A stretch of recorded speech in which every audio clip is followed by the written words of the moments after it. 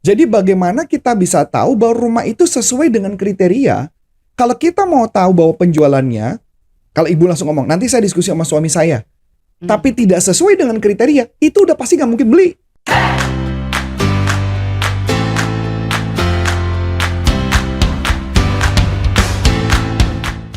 Halo sahabat sales dimanapun Anda berada, jumpa lagi dengan saya Melani dalam YouTube channel Coach Antonius Arif yang membahas tentang selling dan marketing. Sahabat sales, kali ini kita mau bahas pertanyaan yang datang dari sahabat sales. Terima kasih ya berkat sahabat sales yang selalu menonton dan menunggu video-video kami, dan terutama yang subscribe video kami bisa membantu channel ini semakin bertumbuh. Nah, langsung aja ya, saya mau bacakan ini pertanyaan dari sahabat sales, namanya dengan Ikrar. Ini mau menanyakan tentang mengatasi buyer properti. Nah, ini nih ya, pertanyaannya unik nih gitu ya.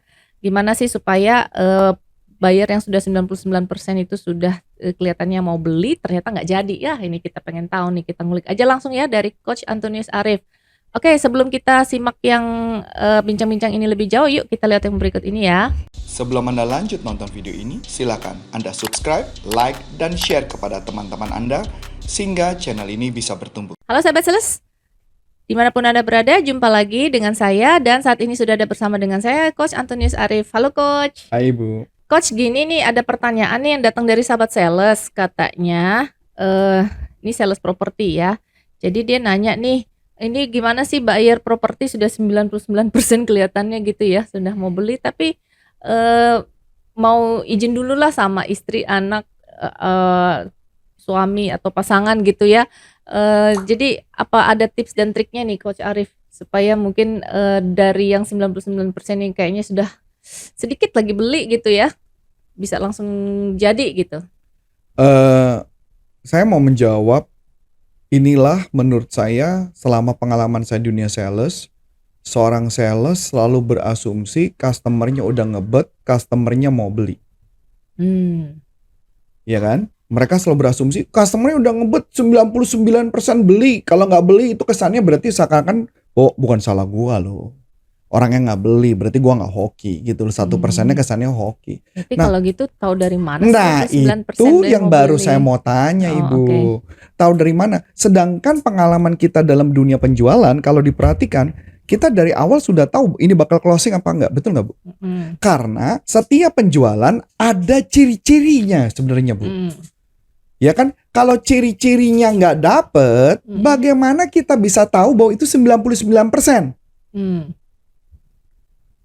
Masuk akal dong? Iya. Nah, mungkin yang perlu kita bahas adalah ciri-ciri kali, Bu. Boleh. Iya nggak? Boleh, Ciri-ciri Coach. dulu Iya. dong. Ciri-ciri yang pertama adalah yang disebut, kalau saya menyebutnya buying signal. Ciri-ciri buying signal adalah orangnya sudah bertanya hal yang sama berulang-ulang. Ya, udah ngeliat rumahnya, udah ngeliat tempatnya, dia sudah ngerasa cocok. Tahu dari mana cocok? Nanti kita akan bahas. Karena kebanyakan biasanya penjual sales itu suka so tahu. Penjual apapun suka so tahu bahwa ini kayaknya gue udah closing, ini udah pasti closing nih. Kalau saya bilang enggak, karena udah tahu. Kayak contoh tadi Bu Ana meeting. Ya kan? Udah nyebut nama perusahaannya apa, jenis perusahaannya seperti apa, gitu ya. Kebetulan yang nelfon perusahaan properti lagi hari ini ya. Properti yang cukup besar ya di Indonesia. Dari awal saya udah tahu nih kemungkinan closingnya seperti apa. Makanya kenapa saya memberikan alternatif. Karena kalau nggak bakal closing, Bu. Saya udah tahu dari awal. Nah, jadi yang pertama yang kita harus cari penting adalah Bu Ana, apa pertanyaan yang sering ditanyakan yang berulang-ulang? Misal dia ngomong, ya, misalkan ditanya, ini kamarnya ada 3 ya, atau ini hak milik kan? Ini hak milik kan? Ini hak milik kan? 3 kali, bukan kayak kasat rusak ya, tapi dalam kondisi suatu situasi berbeda, dia tanya berulang, itu adalah ciri-ciri. Atau kalau dia dengan pasangan, dia ngeliat rumah, udah ngeliat ke rumah, terus dia ngeliat pasangannya. Dia diem, lihat pasangannya. Kalau pasangannya kelihatannya senyum, berarti oke. Ya Bu ya. Nah, yang ketiga Bu, ada yang menarik Bu.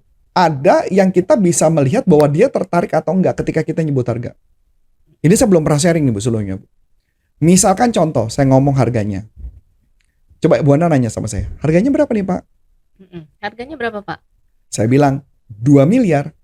Nah, ketika saya melihat ibu ketawanya agak sinis kan berarti kan satu ya, dari agak kesini sedikit ya, gitu. Berarti harganya kemurahan, Bu. Berarti kayaknya masih bisa masuk nih range. Tapi kalau dia kelihatan ketika harganya berapa nih, 2 miliar, dia cenderung kayak singkat, tapi hidungnya berkerut, ini ya Bu ya, itu berarti menunjukkan bahwa harganya nggak masuk. Berarti ada bahasa tubuhnya ya? Micro expression. Oh, okay. Ya Bu ya, jadi clear ya. Jadi dari awal kita sudah bisa nebak. Jadi kalau dia dengan pasangan, kita bisa ngeliat dia ngeliat nggak? Kalau dia, gitu ya, dia senyum, tapi tidak narik ini kan. Kalau senyum begini, ini kan narik kan Ibu. Nah berarti nggak cocok, harganya nggak masuk. Oke? Nah kedua tuh kan, ketiga, atau anaknya lagi lari-lari, dia lagi negosiasi, dia bilang, tolong mah, bilang anaknya diem dulu, anak-anak diem dulu, kita mau ngomong nih. Itu tanda ciri-ciri yang dia serius. Atau ketika lagi ngobrol dia pegang cincin Bu, dia pegang cincin dia mainin. Atau dia ngambil rokok Bu, sambil nyantek gitu. Dia diem dulu, mikir, itu tanda-tanda tuh Bu, mau closing. Tapi kalau nggak ada tanda-tanda itu, nggak bisa dinyatakan 99% dia mau closing. Masuk akal? Nah, yang kedua Bu, saya mau coba membatah itu dulu ya. Jadi artinya kalau buat saya, yang kedua kita perlu cari tahu apa kriteria dia dalam pemilihan rumah. Jadi saya kan suka nanya, Bu, apa kriteria yang paling penting buat Ibu dalam memilih sebuah rumah? Halamannya luas. 1,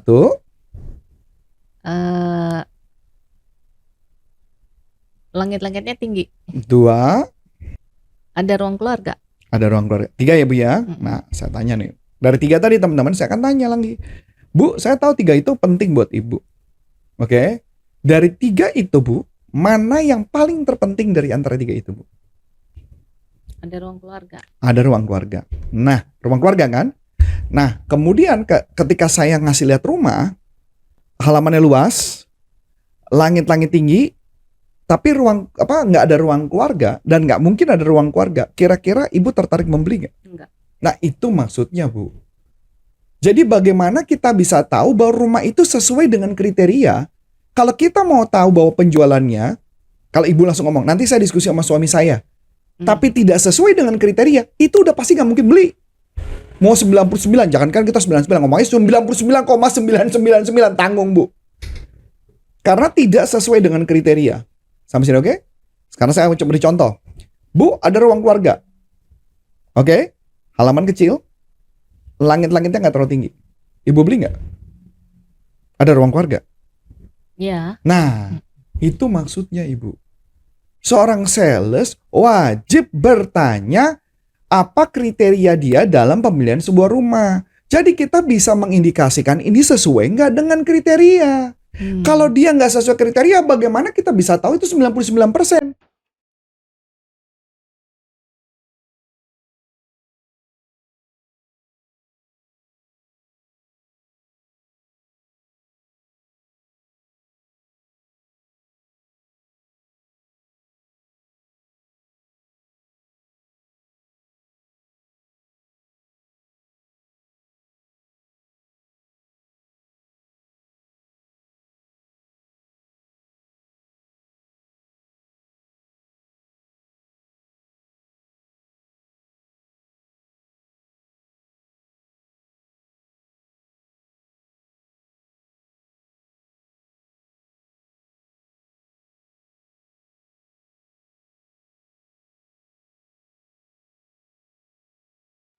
Masuk akal dong Bu.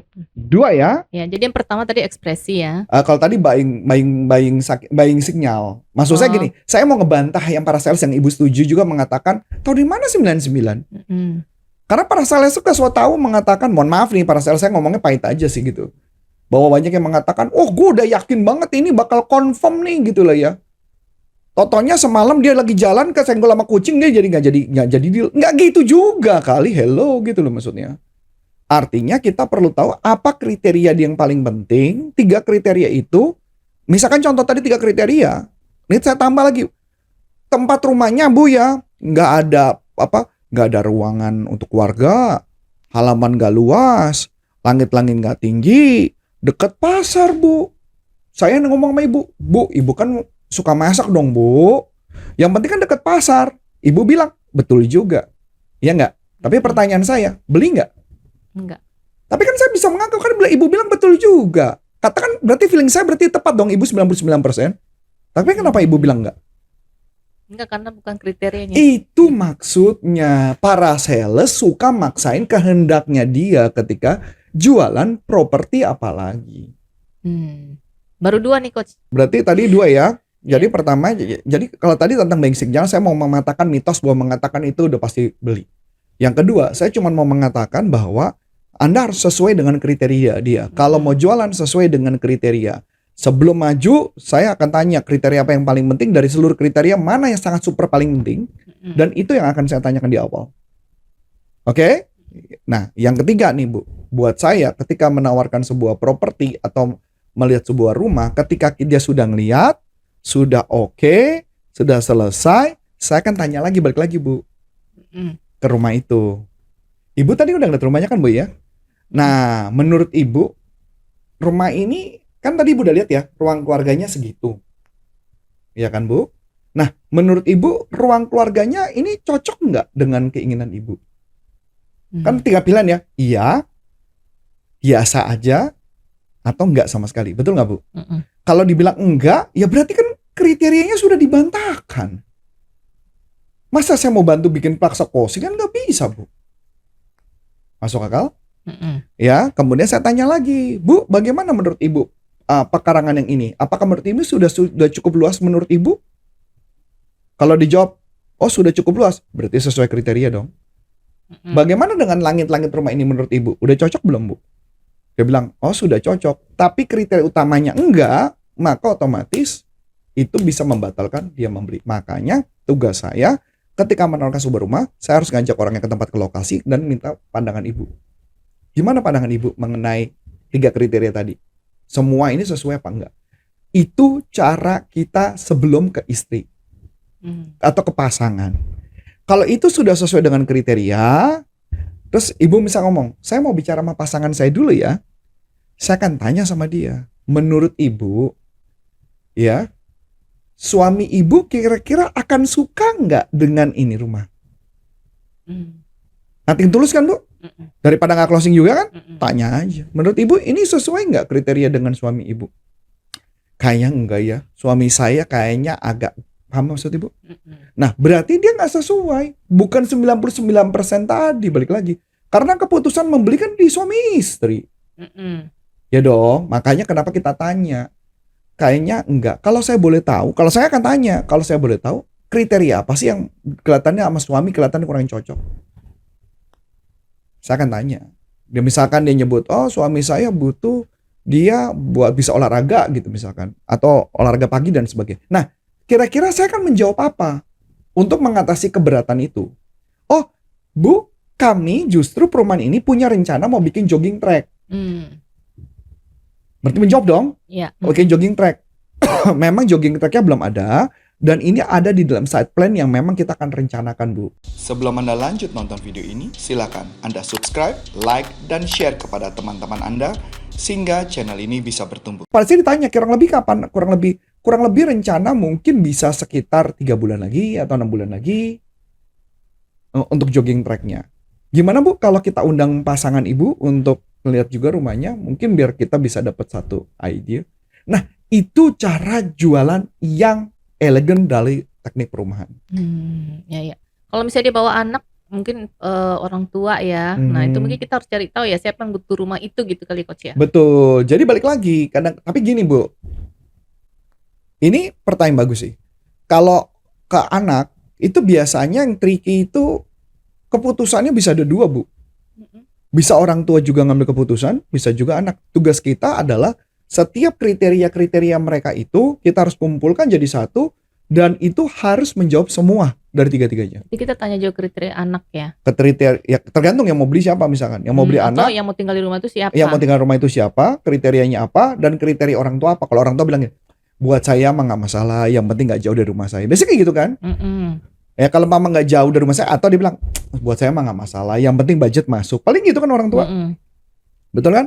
Nah, jadi tinggal kita ngomong kalau menurut Bapak rumah ini kelihatannya sesuai nggak dengan kriteria yang Bapak inginkan. Nah, kita selaraskan dari kriteria itu semua, Bu. Kita selaraskan semua. Jadi cara permainan properti adalah memainkan keselarasan tadi. Wah, menarik sekali ya. Ini berarti 3 aja ya, Coach? Ya, memang 3. Oh, iya. Memang 3. Jadi kalau properti sebenarnya cara jualannya paling sederhana adalah cuma tanya aja apa kriteria yang paling penting buat dia.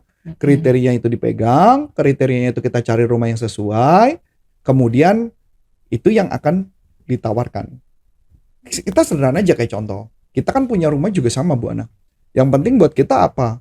Punya space yang kita bisa berenovasi, kita bisa bangun, bisa rapin dan sebagainya. Kan sesuai dengan kriteria kan? Nah, itu juga sebenarnya semua adalah yang balik lagi based on kriteria. Ya. Wah, menarik sekali ya. Berarti pertanyaan sahabat sales nih ya udah terjawab ini dari Coach Arif, malah dikasih 3 tips gitu ya. Nah, ini berarti tinggal pastiin lagi, diimplementasikan dan pastinya di ini dulu ya, pastiin dulu memang benar nggak ada 99% gitu kan, taunya dari mana, nah gitu kan. Dan lucunya nanti dia laporan sama atasan, saya tuh sudah 99%, cuman kebetulan ada kucing lewat jadi batal gitu kan. Gitu. Nah gitu ya, jadi sebelum masuk ke 99% ini dicoba dulu nih tipsnya dari Coach Arif, 3 tips ini gitu ya sahabat sales ya.